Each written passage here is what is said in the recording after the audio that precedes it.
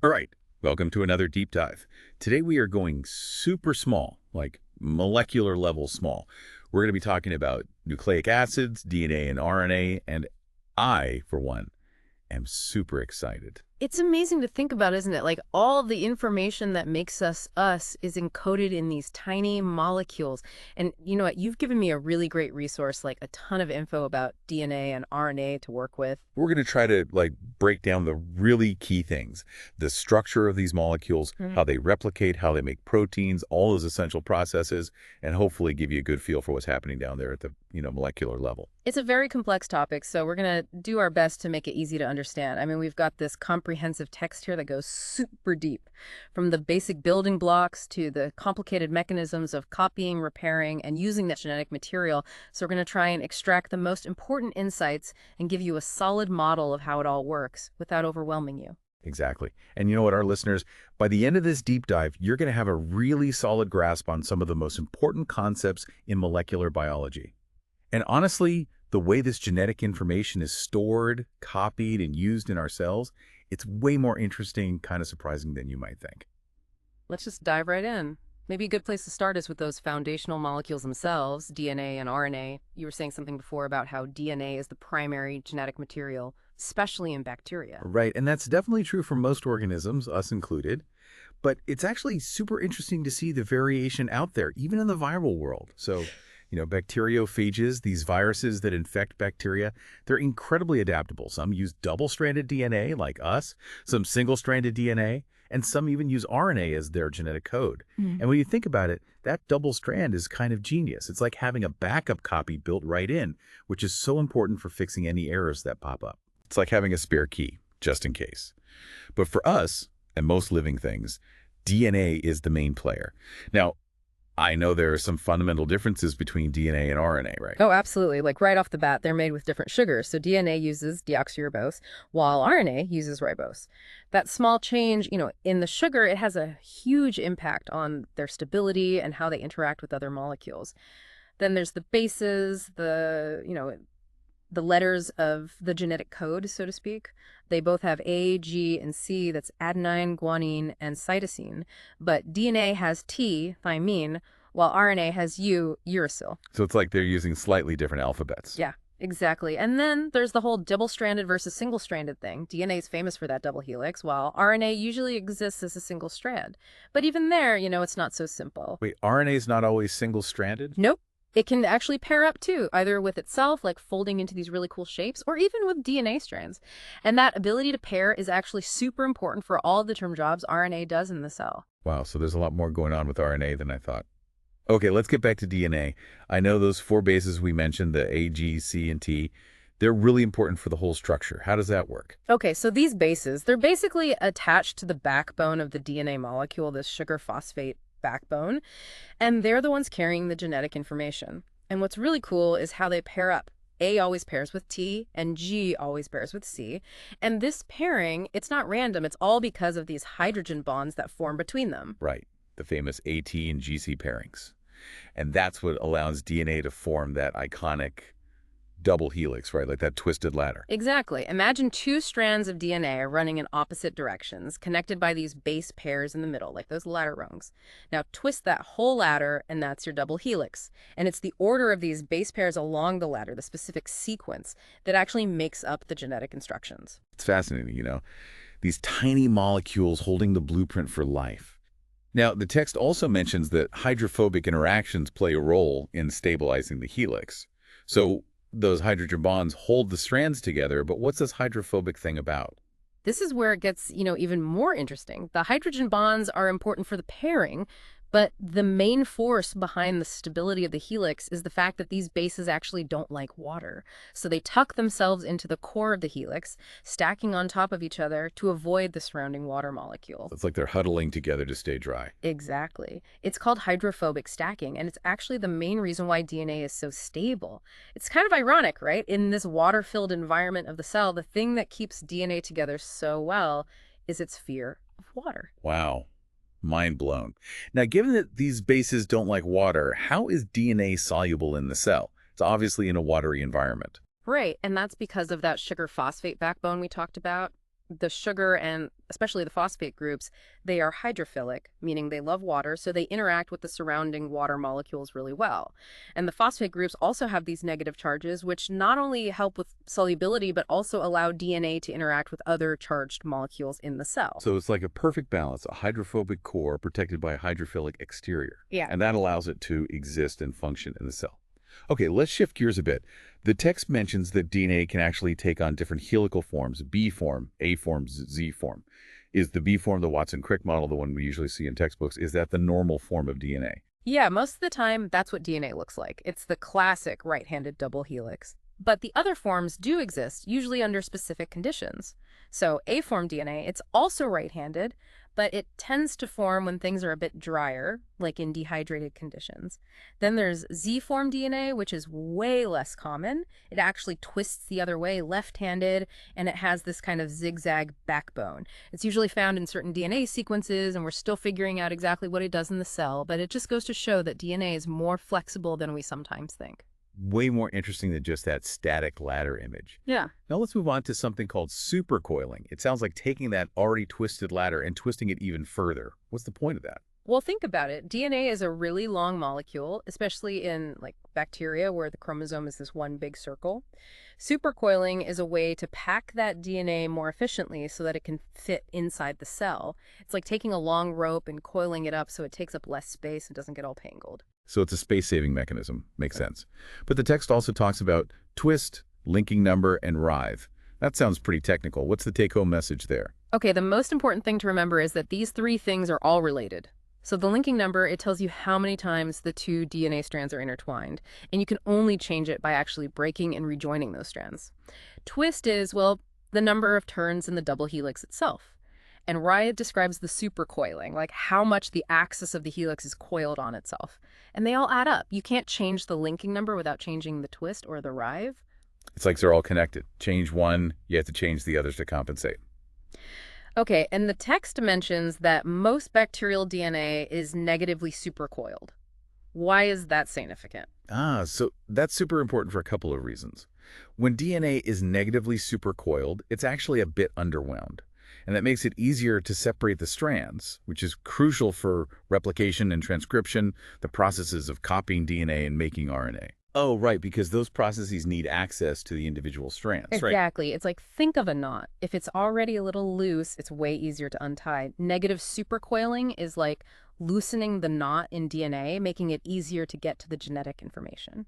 Awesome analogy. Yeah. Now, who are the molecular players that manage this supercoiling? The text mentions topoisomerases, right? Yes. Topoisomerases, they're the enzymes in charge of controlling the level of supercoiling. They do this by like making temporary cuts in the DNA strands, letting them unwind or wind further, and then resealing the breaks. Like tiny molecular scissors snipping and resealing. Exactly. They're essential for preventing DNA from getting all tangled up, especially during processes like replication where the DNA needs to be unwound. And it looks like there are different types of topoisomerases, right? Type 1 and type 2. Right. So type 1 topoisomerase, they make a single-strand break, and they change the linking number by 1. And a good example of that is an E. coli topoisomerase that helps to relax negative supercoils, like we were talking about. Type 2 topoisomerases, on the other hand, they make a double-strand break and change the linking number by 2. DNA gyrase, which is super important during replication, is an example of a type 2 topoisomerase. So 2 different ways of controlling the coiling, using single or double cuts. Now, this might sound kind of sci-fi, but the text talks about denaturation and hybridization of DNA. What's that all about? It does sound a bit dramatic, but it's actually pretty simple. Denaturation is just separating the two strands of the double helix. You can do this by heating up the DNA, which breaks those hydrogen bonds, or by making the solution very acidic or alkaline. So we're basically unzipping the DNA. Exactly. But the cool thing is, it's often reversible. If you cool things down or bring the pH back to normal, the strands can find each other again and reform that double helix. We call that reannealing. So it can zip back up. And that reannealing is what makes hybridization possible, Peg. Yeah, that's where it gets really interesting. You can take DNA from different sources, even different organisms, mix them together and see if they can pair up.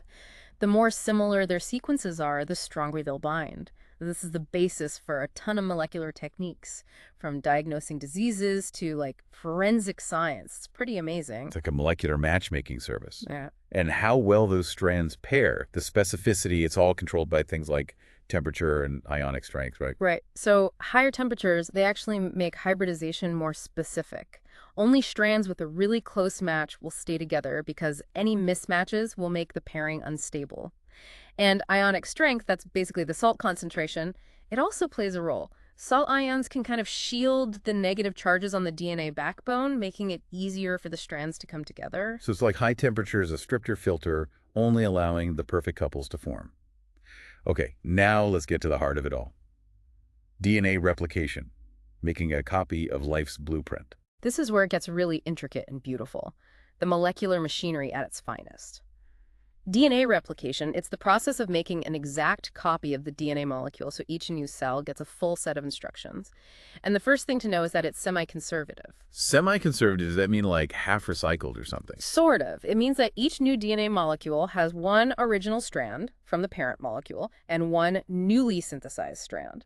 So it's like you have the original document and then you make a copy. Each new double helix is half old, half new. Okay, so one old, one new strand. Got it. And the text mentions that the new strands are both complementary and have opposite polarity. Can you explain what that means? Sure. Complementary means that the base pairs always match up, A with T, G with C. So the new strand is like a mirror image of the old strand with the correct matching bases. And opposite polarity, that refers to the direction of the DNA strands. One strand runs 5 to 3 footer and the other runs 3 to 5 foot. And DNA polymerase, the enzyme that builds the new strand, can only add new nucleotides in one direction from 5 to 3 foot. Right, the 5 and the 3 will refer to those specific carbon atoms on the sugar molecule. So if the template strands run in opposite directions, how can both be copied at the same time? That's where the concept of leading and lagging strands comes in. So on one template strand, DNA polymerase can just keep going, synthesizing the new strand continuously as the DNA unwinds. That's the leading strand. But on the other strand, because of the opposite direction, the new strand has to be synthesized in little pieces called Okazaki fragments. Each fragment is made in the right direction, but they're made in reverse order, so to speak, and then they have to be joined together. Okay, so it's like continuous versus stop-and-go construction. Exactly. And both are being done at the same time by different DNA polymerases. And then all those Okazaki fragments need to be linked up to make a continuous strand. How does that happen? So each Okazaki fragment starts with a little RNA primer, which is made by an enzyme called primus. DNA polymerase can't just start from scratch. It needs a little something to attach to. Then another DNA polymerase 1, comes in and removes the RNA primer and fills in the gap with DNA. And finally, an enzyme called DNA ligase seals everything together, making a nice continuous strand. It's like a well-coordinated construction crew. Now, you mentioned DNA gyrase earlier. What does it do during replication? Remember how we talked about DNA being supercoiled? Well, when you unwind the DNA during replication, it creates tension ahead of the replication fork, kind of like untwisting a rope. DNA gyrase is there to relieve that tension by introducing negative supercoils, preventing the DNA from getting all tangled up and allowing replication to proceed smoothly. So it's like a tension reliever. Yeah. And what about those helicases and single-stranded DNA-binding proteins, the SSBs? What are they doing? Helicases are the ones actually unwinding the DNA at the replication fork, separating the two strands. And once the strands are separated, those SSBs come in and bind to the single strands, preventing them from coming back together and keeping them nice and stretched out for the DNA polymerases to do their job. So it's like a well-oiled machine, with each component doing its part. Now, with such a complex process, how does the cell ensure that no mistakes are made? What about proofreading? That's a great question, and it's crucial. DNA polymerase itself actually has a proofreading function. It can detect if it accidentally adds the wrong nucleotide, and it has this ability to back up, remove the incorrect base, and try again. It's like having a built-in spell checker. And then DNA polymerase 1 also does some proofreading when it's filling in those gaps.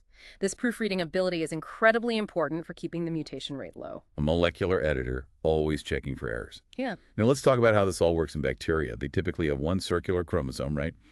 And those smaller plasmids. Right. So in most bacteria, replication starts at a specific spot on the chromosome called the origin of replication, or ORIS. And from there, two replication forks move in opposite directions around the circle, copying the DNA until they meet on the other side. So it's like a race around the circular track. Now, the text says that in E. coli, it takes about 40 minutes to replicate the chromosome, but the whole cell division cycle is about 60 minutes. How does that timing work out? Well, it means that there are these control mechanisms in place to make sure everything happens in the right order. Basically, the cell doesn't divide until the chromosomes are fully replicated, ensuring that each daughter cell gets a complete copy. And there's also control over when replication starts. It doesn't just happen randomly. It's usually triggered when the cell reaches a certain size or has enough resources to support two daughter cells. So it's like a carefully choreographed dance, Mm. everything happening in sync, and what triggers the start of replication at that auric site. There's a protein called DNA that's responsible for initiating replication.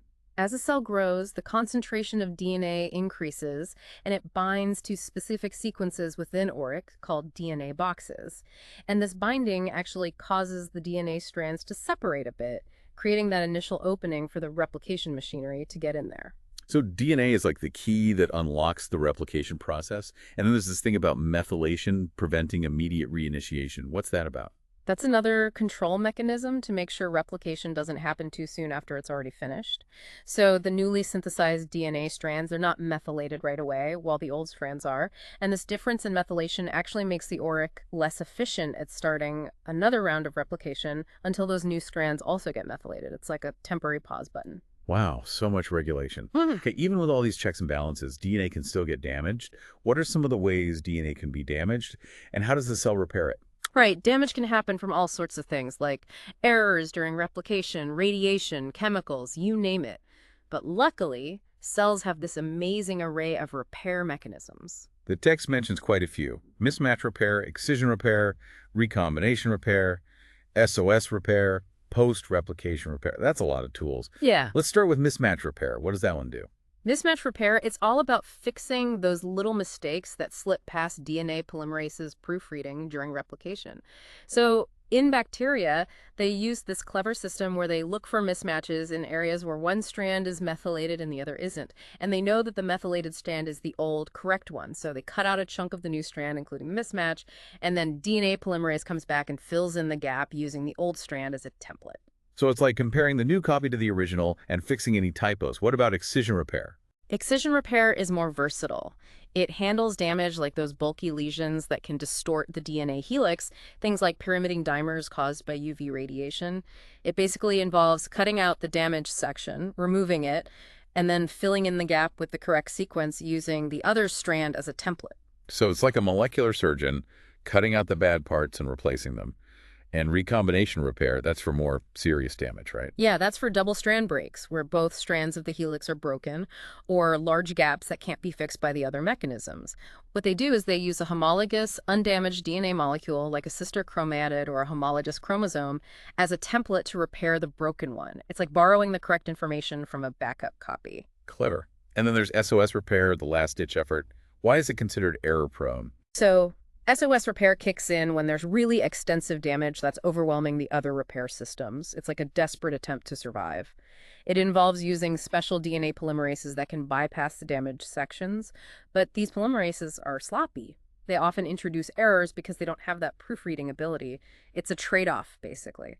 Survival at the cost of potentially introducing mutations. A risky move, but sometimes necessary. And finally, post-replication repair. That one deals with stalled replication forks, right? Exactly. So when the replication machinery hits a damaged section, it can stall. Post-replication repair doesn't fix the damage directly. Instead, it uses a workaround. It grabs the corresponding section from the other, already replicated daughter strand and uses it to fill in the gap. So replication can continue, and the original damage can be dealt with later. It's like going around a roadblock. Okay, we've covered a lot about DNA, its structure, its replication, how it gets repaired. Now let's move on to how the information in DNA is actually used to make proteins, gene expression, starting with transcription. Right, gene expression, that's the whole process of taking the information in DNA and turning it into something functional, usually a protein. And it happens in two main steps, transcription and translation.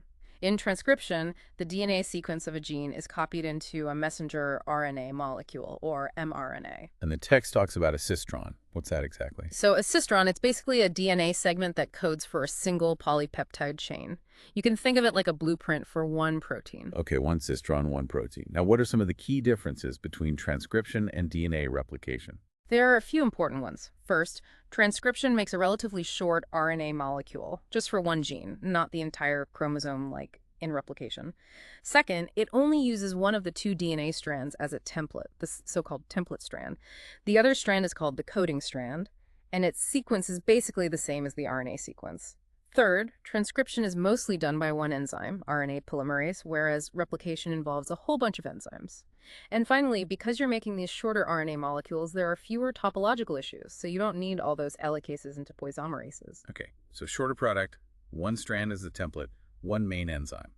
Now, how does RNA polymerase know where to start and stop transcribing a gene? Right. There are specific signals in the DNA, promoters and terminators.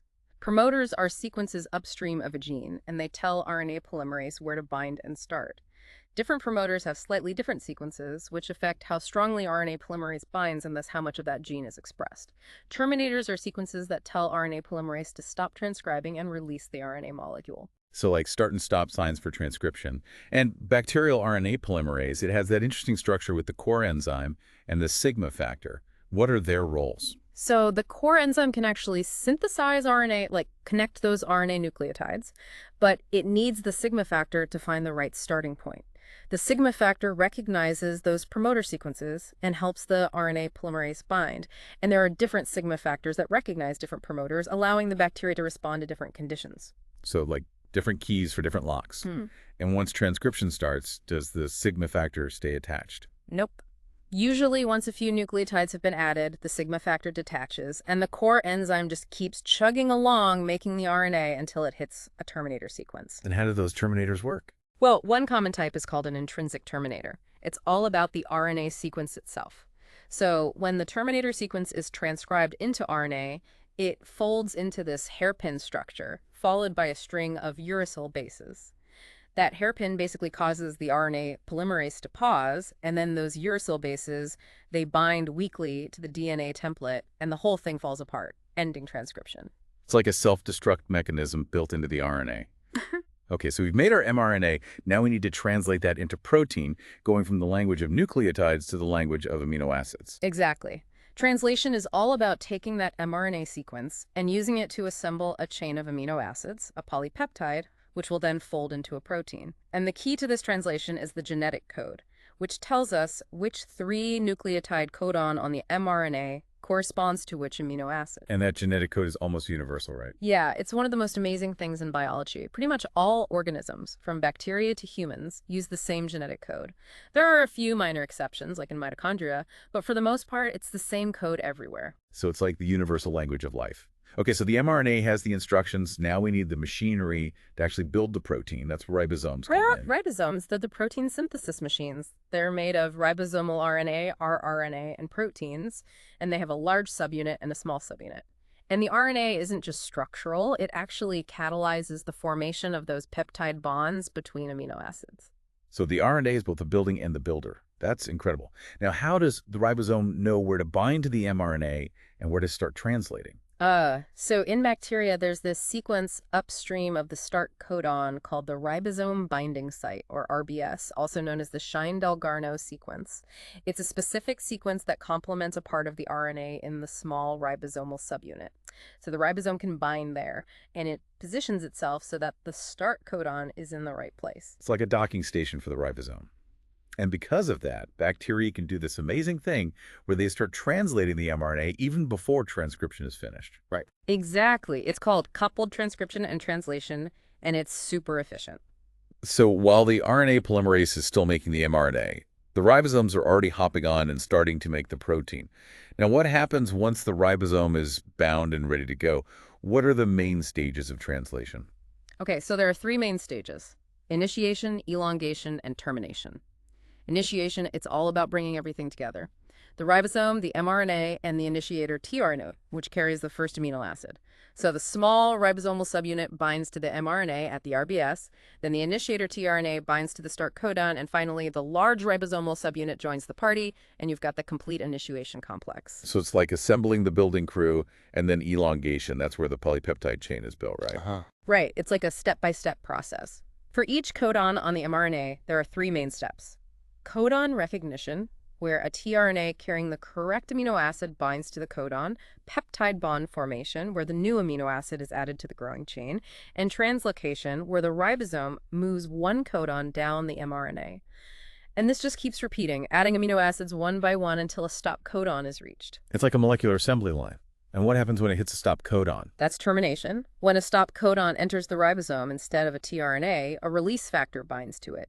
And that triggers the release of the completed polypeptide chain and the disassembly of the whole ribosome complex. So it's like the end of the line. Now, you mentioned tRNA earlier.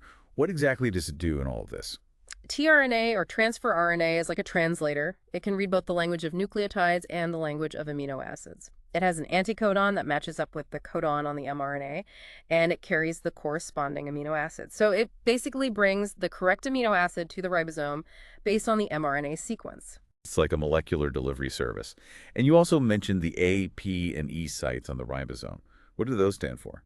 Right, so the A site is where the new tRNA, carrying the next amino acid, comes in. The P site is where the tRNA holding the growing polypeptide chain is located. And the E site is the exit site, where the tRNA goes after it's given up its amino acid. Okay, so that's how the polypeptide chain is built.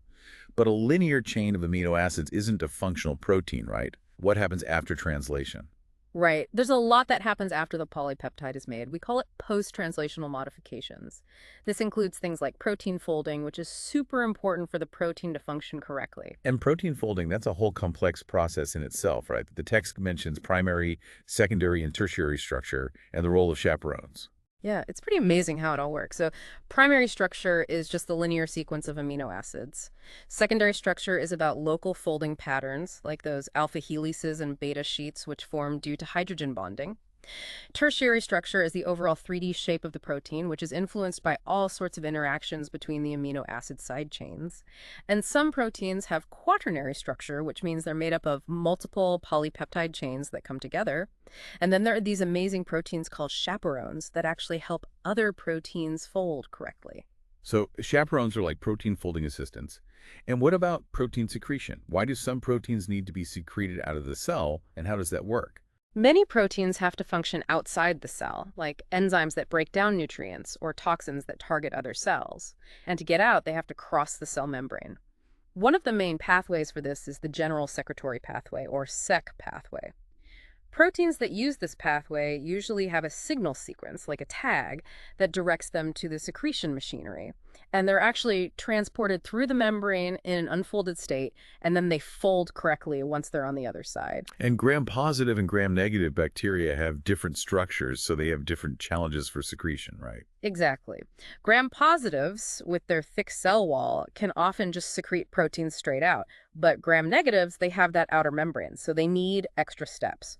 Often the SEC pathway gets the protein across the inner membrane, and then other systems, like type 2 or type V secretion systems, help them get across the outer membrane. And there are also those SEC-independent systems like type 1, type 3, and type 4. How are they different? So these systems bypass the SEC pathway and have their own ways of transporting proteins. Type 1 systems, they form a channel across both membranes, allowing proteins to go straight out. Type 3 systems, they're super interesting. They form a kind of syringe that can inject proteins directly into other cells. And type 4 systems are related to bacterial conjugation. They can secrete both proteins and DNA. Wow. So many different ways to get things in and out of the cell. Mm-hmm. And besides folding and secretion, are there other modifications that proteins can undergo after they're made? Oh, tons. There's glycosylation, where sugars are added, biotin amylation, where biotin is added, lipid addition, which can anchor proteins to membranes, proteolytic processing, where proteins are cut into smaller pieces, and phosphorylation, where phosphate groups are added. All these modifications can really fine-tune protein function. It's like they're getting customized for their specific jobs. Okay, one last topic. Operons. What are those, and why are they important? Operons, they're a way of organizing genes in bacteria that allows for coordinated expression. It's basically a group of related genes that are transcribed together as one long mRNA molecule. So it's like a multi-gene transcript. And how is that beneficial? It's super efficient. If you have a bunch of genes that are needed for the same process, it makes sense to control them all together. So one promoter controls the expression of all the genes in the operon. Makes sense. And how does the ribosome know where each individual protein starts and stops within that long mRNA? Ah, that's the clever part. Yeah. Each gene within the operon has its own ribosome binding site, that Shine-Dalgarno sequence we talked about earlier. So ribosomes can bind independently to each gene and translate them separately, even though they're all on the same mRNA. So it's like a train with multiple cars, each with its own destination. Well, this has been an incredible deep dive into the molecular world. We've gone from the structure of DNA to replication, repair, transcription, translation, protein modifications, and even gene regulation in bacteria.